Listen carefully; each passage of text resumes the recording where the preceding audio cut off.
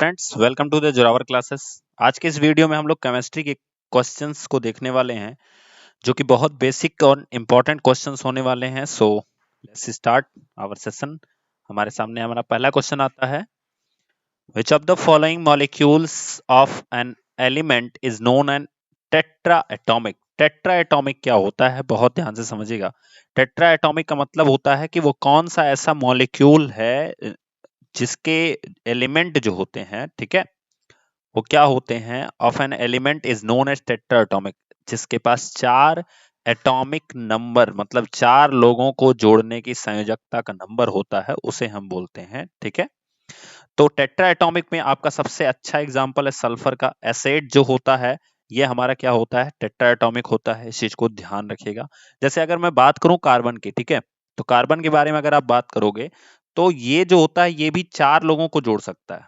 जैसे आप मेथेन का एग्जांपल लो, CH4। तो CH4 जो होता है ये एल्केन होता है, जो कि आपके सिलेबस में एल्केन से रिलेटेड अगर हम बात करें, हम देखें एल्केन से रिलेटेड, तो हाइड्रोकार्बन एक सिलेबस आता है आपका। ठीक है, हाइड्रोकार्बन। चलो अब इसी की बात कर लेते हैं पहले, यहीं से ये टेट्राटॉमिक निकला है। हाइड्रोकार्बन 2 तरह से होता है, एक एरोफेटिक होता है, एरोमेटिक होता है। तो पहली चीज तो बहुत इंपॉर्टेंट है, यही वाला क्वेश्चन आपके प्रीवियस ईयर में पूछा गया था। एरोमेटिक जो होता है उसे क्लोज्ड चेन कहते हैं। क्या कहते हैं? क्लोज्ड चेन कहते हैं। क्लोज्ड चेन का मतलब समझिएगा कि जिसकी श्रृंखला बिल्कुल बंद सी होती है, उसे क्लोज्ड चेन कहते हैं, जिसमें आपका बेंजीन आता है। क्या आता है? बेंजीन आता है। मैं इसका स्ट्रक्चर आपको बना के दिखाता हूं। तो बेंजीन का जो स्ट्रक्चर है वो इस तरह से होता है। ठीक है, ध्यान से देखिएगा।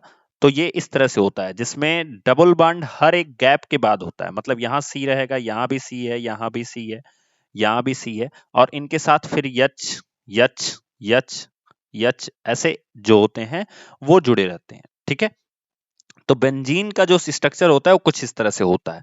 तो बेंजीन जो होता है वो एरोमेटिक हाइड्रोकार्बन है, यही पिछली बार क्वेश्चन पूछा गया था। ठीक है, अब एरोफेटिक हाइड्रोकार्बन के बारे में बात करें तो जो एरोफेटिक हाइड्रोकार्बन्स होते हैं, ठीक है, इनमें भी 2 तरह की चीजें आती हैं। एक होता है सैचुरेटेड हाइड्रोकार्बन, एक होता है अनसैचुरेटेड हाइड्रोकार्बन। तो सैचुरेटेड हाइड्रोकार्बन जो होता है वो क्या करता है, उसकी बैलेंसी जो होती है वो फुलफिल होती है। मतलब अगर 4 संयोजकता है उसकी, तो वो अपने किसी अन्य तत्वों के साथ या हाइड्रोजन के साथ वो क्या कर लेता है, उसको संयोजकता को फुलफिल करता है। अब चूंकि हाइड्रोकार्बन है तो यहाँ पे हम हाइड्रोकार्बन का ही बात कर रहे हैं। और अनसैचुरेटेड जो होता है वो क्या होता है, वो अपनी बैलेंसी को फुलफिल नहीं कर पाता है, यानी उसमें डबल बॉन्ड, ध्यान समझिएगा, इसमें सिंगल बॉन्ड होता है। क्या होता है? सिंगल बॉन्ड होता है। तो कभी कभी क्वेश्चन के स्टेटमेंट में आपको देगा कि सैचुरेटेड हाइड्रोकार्बन्स की कौन सी प्रॉपर्टी होती है, तो सिंगल बॉन्ड पाया जाता है। अनसैचुरेटेड हाइड्रोकार्बन की कौन सी प्रॉपर्टी होती है, तो उसमें डबल एंड ट्रिपल बॉन्ड पाया जाता है। कौन सा पाया जाता है? डबल एंड ट्रिपल बॉन्ड पाया जाता है। क्लियर हो गया? अब देखिए, जो आपका सैचुरेटेड हाइड्रोकार्बन यानी सिंगल बॉन्ड का जो फार्मूला होता है वो एल्केन बोलते हैं। उसको क्या बोलते हैं? एल्केन समूह के तत्व बोलते हैं। उसके बाद होता है एल्कीन एंड एल्काइन। एंड क्या होता है? एल्काइन। तो ये 3 तरह के होते हैं जिनको हम मोस्टली जानते हैं। अब इनका फार्मूला क्या होता है? फार्मूला होता है CnH2n+2, फिर होता है CnH2n, एंड होता है CnH2n-2। एंड इससे डिटेल में आप लोगों को जब कोर्स प्रोवाइड करा जाएगा तो उससे बहुत डिटेल में मैंने आपको पेट्रोल कैसे बनता है, कैसे हम उसको फाइंड आउट करते हैं। जैसे अगर हम बात करें पेट्रोल की, तो वो भी हाइड्रोकार्बन में ही आता है। ठीक है, या ईंधन का एक चैप्टर है। और ये पेट्रोल को हम शुद्धता कैसे नापते हैं, तो ऑक्टेन नंबर पे बेस पे नापते हैं। तो ध्यान से उस चीज को हम वहां पे बहुत अच्छे से डिस्कस करें। अभी के लिए बस इतना समझिए कि हाइड्रोकार्बन 2 तरह के, एरोमेटिक, एरोफेटिक। एरोमेटिक जो होता है वो क्लोज्ड शेप होता है, एंड ये ओपन चेन होती है। ठीक है, इनकी श्रृंखलाएं खुली होती हैं। और ये 2 प्रकार के होता है, सैचुरेटेड जिसे हिंदी में बोलते हैं संतृप्त हाइड्रोकार्बन, अनसैचुरेटेड का मतलब होता है असंतृप्त हाइड्रोकार्बन। क्लियर हो गया? अब उसके बाद जब अनसैचुरेटेड की हम बात करें तो अनसैचुरेटेड में हमें क्या मिलता है? Double bond and triple bond, double bond and triple bond. लेकिन जब हम सैचुरेटेड की बात करेंगे उसमें क्या मिलता है? Single bond. फार्मूले क्या होते हैं? Alkane, alkene, alkyne. तो यहां से पैदा हुआ है मेथेन। कैसे?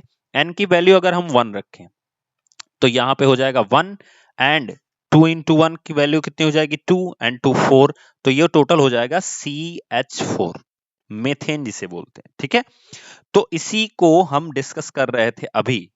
ठीक है, कि जो टेट्रा एटॉमिक होते हैं वो हमारा कौन सा आ जाएगा, सल्फर। चलिए नेक्स्ट क्वेश्चन देखते हैं। If chlorine has 17 electrons then how many electrons will be there in Cl minus, यानी Cl जो एनायन है, देखो दो चीजें होती हैं। एक तो आयंस के बारे में अगर हम पढ़ेंगे तो आयंस टू टाइप्स आयंस होते हैं, जैसे एक होता है कैटायन, ठीक है, एंड दूसरा होता है एनायन। तो कैटायन का मतलब होता है धन, या कह सकते हो आयन को हम हिंदी में धनायन बोलते हैं। ठीक है, एंड इसे ऋणायन बोलते हैं।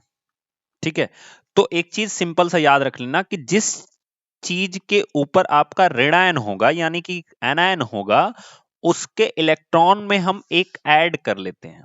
उसके इलेक्ट्रॉन में हम क्या कर सकते हैं, एक ऐड करते हैं। अब कैसे, ध्यान से समझिएगा। ये माइनस का जो सिंबल है ये हमें ये बताता है कि इस बंदे के पास एक लोगों की कमी है।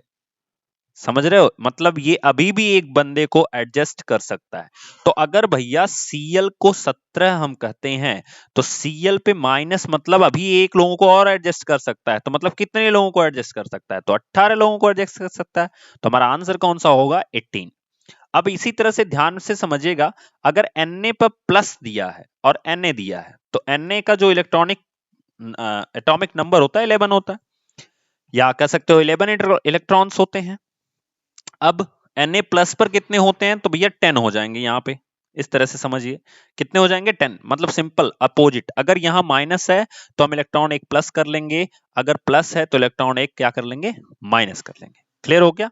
Next question, Latin name of gold. तो देखो गोल्ड को एक चीज जान लो, गोल्ड हो गया, सिल्वर हो गया, ठीक है, इनको गोल्ड को Au से लिखते हैं, सिल्वर को Ag से लिखते हैं।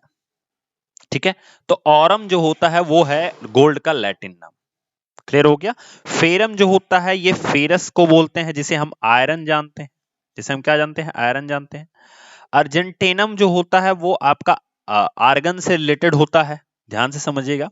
एंड हाइड्रोजनम जो होता है, हाइड्राजाइरम जो होता है, ये जो हाइड्रोजन का आप नाम सुनते हो वहां से। ठीक है, चलिए आगे देखते हैं।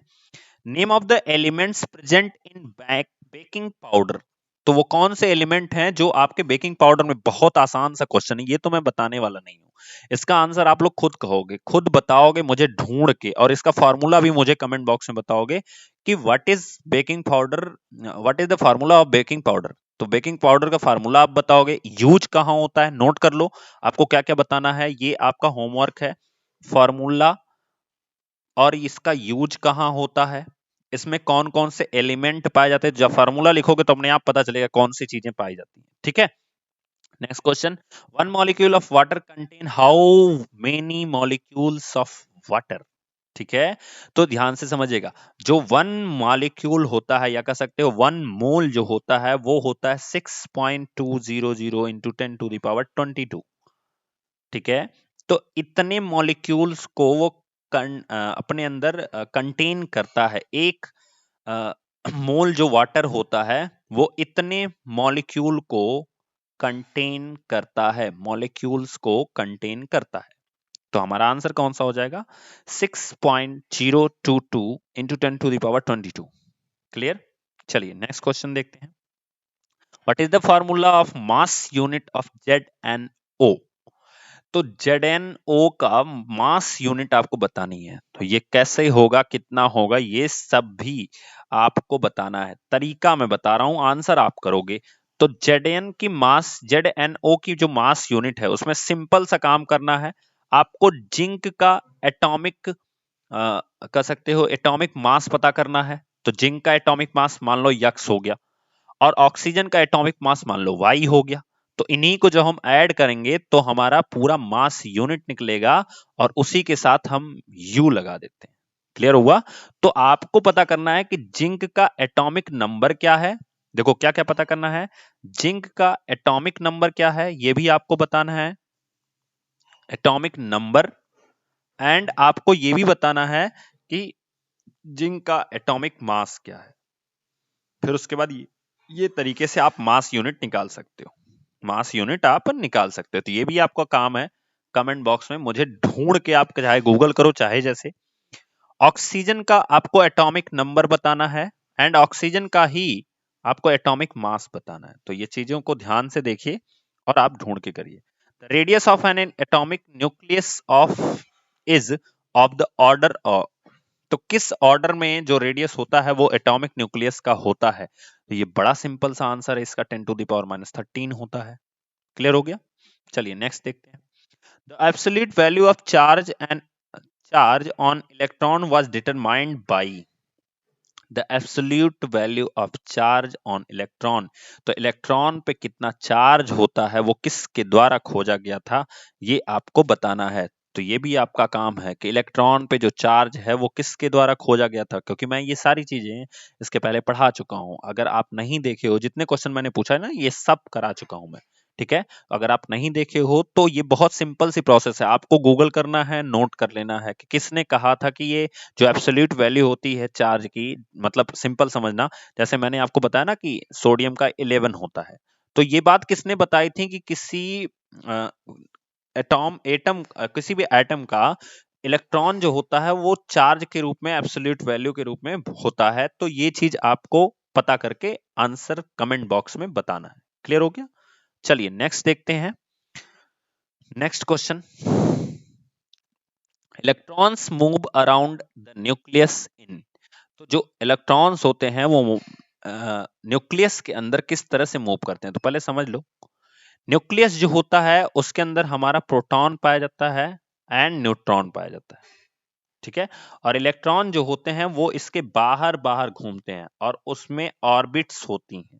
ऐसे अगर ये मान लो किसी चीज का न्यूक्लियस है, ये जो मैं यहाँ पे लगा हूं, तो ये अगर न्यूक्लियस है तो इसके बाहर जो होते हैं वो इलेक्ट्रॉन्स पाए जाते हैं और ऐसे मूव करते हैं। ठीक है, तो जो इलेक्ट्रॉन्स होते हैं वो किस तरह की मूव करते हैं, electrons move around the nucleus in, किस तरह की मूव करते हैं, स्पिन करते हैं, फिर ऑर्बिटल करते हैं, वाइब्रेशनल करते हैं, या ट्रांसलेटरी मूव करते हैं। तो देखो सिंपल सा अगर हम देखेंगे तो ये जो स्पिन वाला है, ये ट्रांसलेटरी वाला है, ये सब अलग के केस में आता है। अभी तो हम सिंपल सा बोलेंगे कि इलेक्ट्रॉन जो होता है न्यूक्लियस के बाहर ऑर्बिटल मूव करता है, बिकॉज ऑर्बिट में मूव करता है। सिंपल सा क्लियर है। स्पिन कब करता है वो अलग की चीज है, वो हुंड्स का नियम आप पढ़ोगे, पाउली अपवर्जन नियम पढ़ोगे, तो वहां पे बताया जाता है कि स्पिन का क्या ऑर्डर है इलेक्ट्रॉन के मूव करने का, कैसे फिलिंग होती है, उसके बेस पे हम डिस्कस करेंगे। An atom has 2 electrons in K shell. अब देखो इसका क्या मतलब, वो मान लो ये नाभिक है, तो इसके किनारे किनारे जो होती हैं वो सेल्स के नाम से जानी जाती हैं। ठीक है, तो पहले को हम केस सेल के नाम से जानते हैं, दूसरे को एम, तीसरे को दूसरे को एल, के, एल, एम एंड एन ऐसे जानते हैं। ठीक है, केस सेल में उसने कहा कि 2 इलेक्ट्रॉन है, कोई बात नहीं भैया, के में 2 इलेक्ट्रॉन है, एल में कितने हैं 8 इलेक्ट्रॉन है, एम में कितने हैं 6 इलेक्ट्रॉन है। तो पूछा गया है कि उस एलिमेंट का क्या नाम है, what is the name of element. तो सिंपल सा आंसर आपको करना है, इन तीनों को जोड़ दो तो कितना आ गया 16। अब आपको बताना है कमेंट बॉक्स में ही, क्योंकि ये सारी चीजें आप जब खोजोगे पेरियोडिक टेबल पे, मैं पेरियोडिक टेबल जब केमिस्ट्री पढ़ा रहा था, मैं पहले दिन ही बोला था पेरियोडिक टेबल जरूर ले लो। जब आप खोजोगे तभी आप सीखोगे, क्योंकि अगर मैं बता दूंगा तो आप रट लोगे। यहाँ पे जब आप पेरियोडिक टेबल पे ढूंढोगे तो आपको 2-3 और मिलेंगे। तो आपको बताना है कि 16 जो एटॉमिक नंबर है वो इनमें से किस एलिमेंट का है। एटॉमिक नंबर 16 यानी 16वां नंबर जो तत्व है हमारे पेरियोडिक टेबल का, वो कौन सा है। अब आपको 2-3 और बताना है, एक बताना है 11 का, एक बताना है 17 का, एक बताना है 14 का। ये कौन से तत्व हैं, इनका नाम भी आपको बताना है, 11, 17 और 14 ये कौन से तत्व हैं। फटाफट एटॉमिक नंबर या तो पेरियोडिक टेबल मोबाइल में डाउनलोड कर लो या तो फिर खरीद लो, और उसको जब भी केमिस्ट्री पढ़ाया जाए तो जरूर देखो। ठीक है, तो आज के लिए इतना ही दोस्तों, कल वीडियो में मिलेंगे और कुछ नई जानकारी के साथ, ऐसे छोटी छोटी, थोड़ी देर में ज्यादा जानकारी, ये सब चीजों के साथ हम लोग मिलेंगे। तब तक के लिए थैंक यू सो मच।